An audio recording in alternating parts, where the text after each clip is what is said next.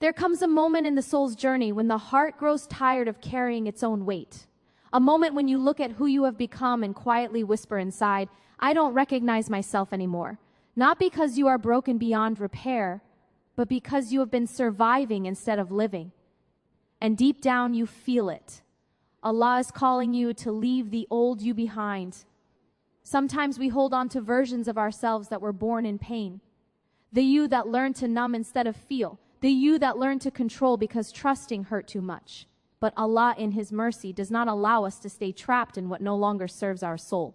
Allah says He is al-Latif, subtle, gentle, and His plans move in ways your eyes cannot see, but your heart eventually understands. What you thought was loss was actually separation from what was draining your iman. What you thought was delay was Allah protecting you from receiving something before your heart was ready. This is the unseen mercy of Allah, that He does not always give you what you ask for, but He always gives you what brings you closer to Him. Pain has a way of convincing us that Allah has forgotten us.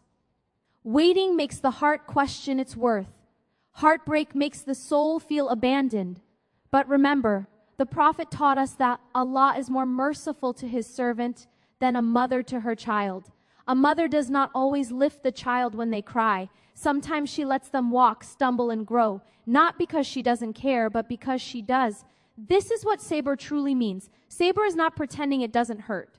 Sabr is feeling the ache and still choosing Allah. It is waking up with unanswered du'as and still whispering, Ya Allah, I trust you. It is allowing tears to fall while your heart remains anchored in hope. Rebuilding yourself with Allah begins when you stop asking, why is this happening to me? And start asking, what is Allah teaching me through this? Because every test carries a message, and every hardship carries an invitation to come back softer, humbler, and more dependent on Him. Allah says that He is close, not after you fix yourself, not after you become stronger, but now, in your weakness, in your confusion, in your becoming. When you remember Him, He remembers you. And there is no greater healing than being remembered by Allah. So leave the old you behind, the one who relied on people to fill what only Allah can, the one who measured worth through outcomes instead of obedience. Rebuild yourself with Allah by trusting His qadr, even when it doesn't make sense, by surrendering what you cannot control, by forgiving even when it feels heavy, by returning to dhikr when the heart feels restless. Because the journey back to Allah is not about changing who you are. It is about uncovering who you were always meant to be. And when you walk toward Him, even with a tired heart, He comes to you with peace you didn't know you were missing. Letting go of the version of yourself that was built around pain is one of the most profound acts of faith you can perform. So often we cling to the habits, thoughts, and identities that were formed during our hardest moments, thinking they are a part of us, when in reality they are merely survival mechanisms. The old may have learned to mask feelings with anger, to hide wounds behind a smile, or to define worth through struggle and endurance. It may have survived by building walls, by holding on to bitterness, or by constantly seeking validation from the world. But Allah does not want us to remain trapped in versions of ourselves that no longer serve His plan for our hearts. Releasing the old you requires courage, because it means admitting that some patterns, even familiar ones, are harmful. It means acknowledging that the part of you that has been hurt, anxious, or defeated does not have to dictate the future. Allah, in His infinite wisdom, allows us to face moments that challenge these old selves so that we may learn to rely on Him instead of our own fractured strength. Healing begins when we stop defining ourselves by past mistakes or the pain we endured. This is an invitation to let go of what weighs you down. Let go of grudges that tie you to broken moments. Let go of self-judgment that keeps you bound to the past. Let go of fear that whispers you are not enough. Instead, turn to Allah with sincerity, seeking His guidance and His mercy to reshape your heart. When you place the old you in His hands, you create space for the new you, a self rebuilt not on wounds, but on trust, hope, and the light of divine love. This is the first step in surrendering to Allah's plan, where the soul begins to emerge from the shadows of pain and walk into the clarity of purpose and faith. Understanding that Allah sometimes breaks what you cling to in order to save you is a truth that is both difficult and beautiful. As human beings, we are naturally attached to the familiar, to people, plans, dreams, and comforts that give us a sense of control. Yet not everything we hold on to is meant to remain in our lives. Allah, in His infinite wisdom, sometimes allows what we love most to slip away, not to punish us, but to protect us from what we cannot see. There is a subtle mercy in the breaking, a divine wisdom in the letting go, even when our hearts scream in resistance. Pain often disguises itself as loss, but loss can be a doorway to salvation. What we thought we could not live without may have been a burden on our soul, a distraction from the path Allah has prepared. The Prophet reminded us that the believer's affairs are guided by divine decree, and that what Allah takes away is often replaced with something better, something that aligns with our ultimate good, even if we cannot see it immediately. When we cling desperately to what is not meant for us, we risk remaining trapped in suffering, unable to grow or move closer to Him. Trusting Allah's plan requires surrender. It requires us to open our hearts to the idea that the breaking we experience is a form of protection, a purification of our attachment to the fleeting, and a preparation for what is eternal. This is where true tawakkul resides, not in wishing for ease, but in believing that Allah's wisdom is greater than our understanding. When what we love is taken, we can choose to cry, to mourn, but also to recognize the hand of mercy in the separation. By releasing what is no longer ours, we make room for Allah to rebuild our hearts, filling the emptiness not with what we wanted, but with what our souls truly need. In that space, healing begins and faith deepens. Realizing that healing begins when surrender replaces control is a lesson the heart often learns slowly through struggle and introspection. So much of our pain comes from trying to hold on to what we cannot shape, fix, or understand. We cling to outcomes, insist on timelines, and build expectations around our own limited vision, forgetting that Allah alone holds the perfect knowledge of what is best for us. The moment we release the illusion of control, the soul experiences a kind of freedom that the mind cannot manufacture. Surrender in Islam is not a sign of weakness. It is a profound act of courage and trust.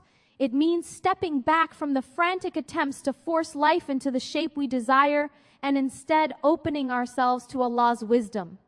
It is whispering, Ya Allah, I cannot see the whole path, but I trust your guidance even when the heart is heavy and the night feels long. Healing begins when we allow ourselves to stop fighting against what is and start seeking refuge in what Allah has decreed. Pain, heartbreak, disappointment. These are not punishments, but reminders that our hearts are fragile and in need of divine care. When we attempt to control every detail, we resist the process Allah uses to shape our character, strengthen our faith, and purify our intentions. But when surrender replaces control, we no longer measure life by what we possess or what happens to us.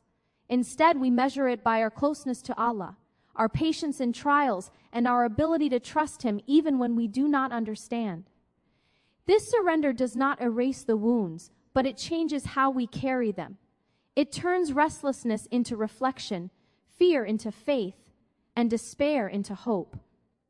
Healing begins not when the world bends to our will, but when we bend to the will of the Most Merciful, allowing Him to guide the broken pieces of our hearts into a mosaic of strength, trust, and renewed purpose, trusting divine timing. Even when the heart is tired of waiting is one of the most delicate acts of faith a believer can practice. We live in a world that rewards immediacy, where patience is often mistaken for weakness, and waiting feels like being left behind. Yet, Islam teaches us that Allah's timing is perfect, and what He has decreed for us will come to us at the exact moment it is meant to, not a second sooner, not a second later. Our hearts may grow restless, our minds may race with doubt, but the soul finds peace when it surrenders to His schedule. There is a profound wisdom in the pauses of life. The waiting, the unanswered du'as, and the seasons of seeming silence are not signs of abandonment. They are the spaces in which Allah shapes our character and strengthens our reliance on Him. The Prophet reminded us that the supplication of a believer is never rejected, and that sometimes the answer comes in ways we do not recognize. It may come as a lesson, a redirection, or a delay that protects us from what we cannot yet handle. Divine timing is rarely about speed, it is about readiness. Readiness of the heart, the soul, and the circumstances surrounding us. When we trust Allah's timing, we are not being passive. We are actively surrendering our impatience, our need to control, and our fears of uncertainty. We learn to live in the present, to cherish what is before us, and to cultivate hope that is anchored in faith rather than circumstance. The heart that trusts divine timing carries a quiet strength, a serenity that no worldly event can shake. It understands that every delay contains a blessing, every pause a lesson, and every moment of waiting an opportunity to draw nearer to Allah. Even when the heart aches and the night feels endless, trusting in Allah's timing transforms waiting from suffering into a sacred act of devotion, a living testimony of faith, and a bridge connecting the soul to the mercy and wisdom of the most compassionate.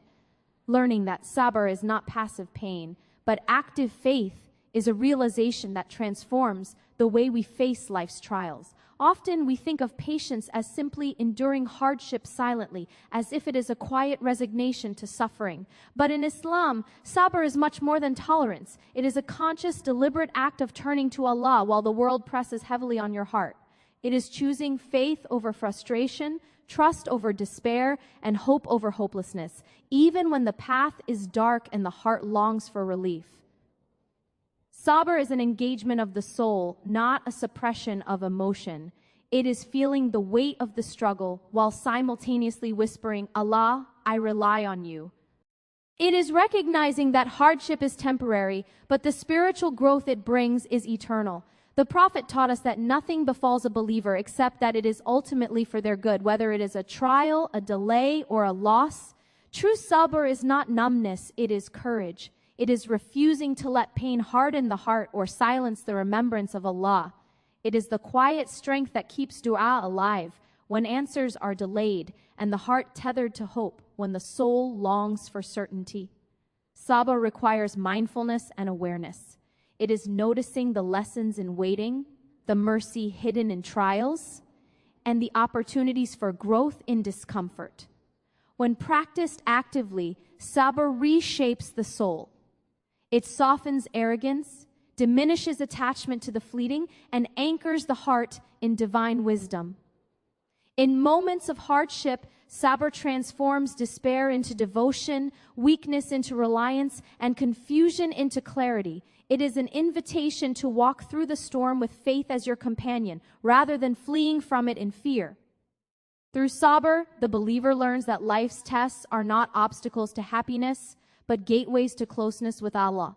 Each moment of endurance, each tear shed in trust, each pang of longing met with remembrance strengthens the soul in ways that comfort alone never could, nurturing a resilience rooted in faith, hope, and the unshakable love of the most merciful.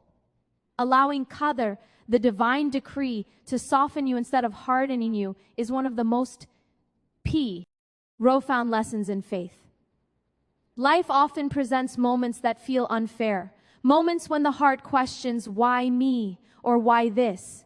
Yet Islam teaches us that everything that reaches us, every joy, every hardship, every delay, comes from Allah, who knows what is best for our souls even when we cannot see it.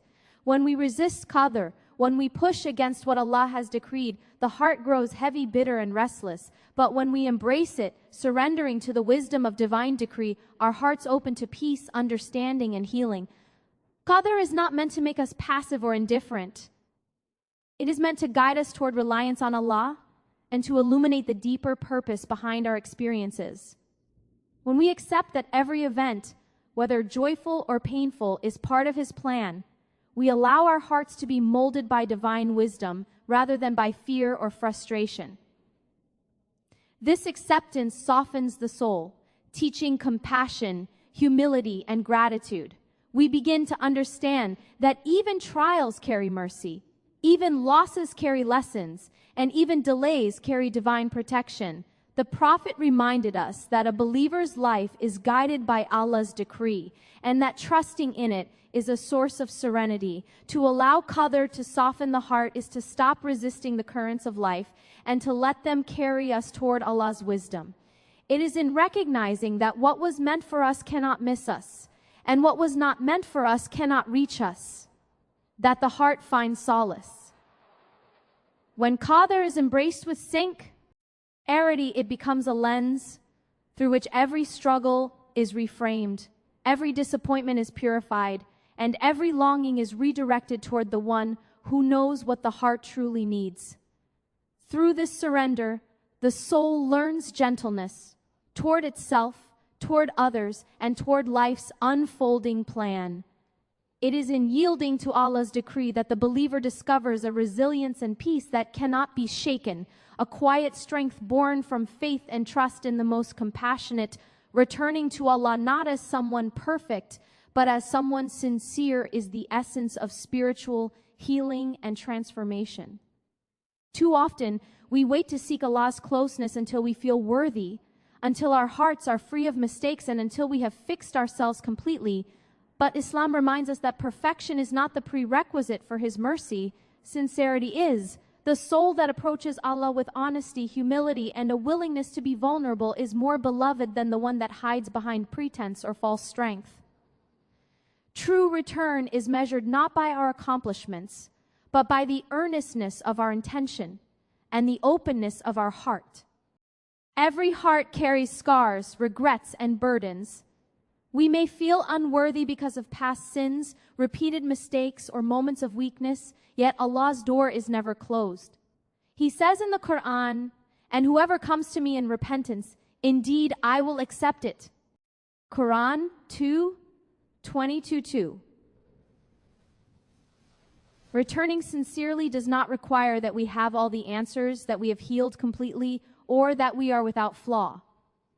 It only requires that we bring what is real within us, our struggles, our doubts, our longing, and place them before the most merciful. Sincerity allows the heart to release pretense and embrace authenticity.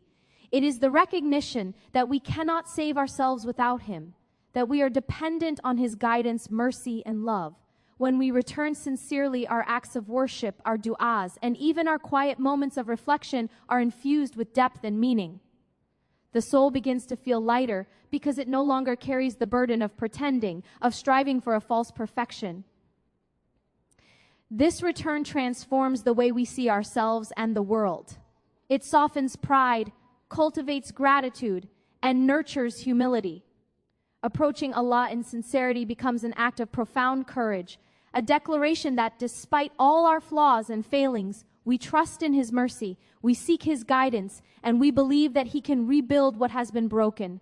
It is in this sincere return that the journey of the soul truly begins, allowing the heart to be healed, the spirit to be restored, and the self to emerge renewed in the light of divine love. The journey of leaving the old you behind and rebuilding yourself with Allah is not a path of perfection, but a path of sincerity, trust, and transformation. Every struggle you endure, every tear you shed, and every moment of waiting is not wasted. It is shaping you, softening you, and bringing you closer to the one who knows your heart better than you do. The old you, bound by pain, fear, and attachment, was never meant to stay. It was preparing the ground for a self renewed in faith, hope, and divine love. Remember that Allah's mercy is greater than your mistakes. His wisdom surpasses your understanding, and His timing is always perfect. When you surrender what you cannot control, trust His decree, practice sabr, and return to Him with sincerity, your heart finds a peace that the world cannot give. You are not defined by the struggles you have faced, but by the courage with which you continue to seek Allah's closeness. So, step forward today, leaving behind the weight of the past. Embrace the process of rebuilding, knowing that every broken piece of your heart can be restored by His love. Let your faith guide you, your trust anchor you, and your remembrance of Allah heal you. The old you may have been lost, but the new you, nurtured by divine guidance, strengthened by patience, and illuminated by hope, is rising. Walk toward Him and let your soul bloom again, for the Most Merciful is waiting to embrace the sincerity of your heart, and in His presence you will find the wholeness you have been seeking all along.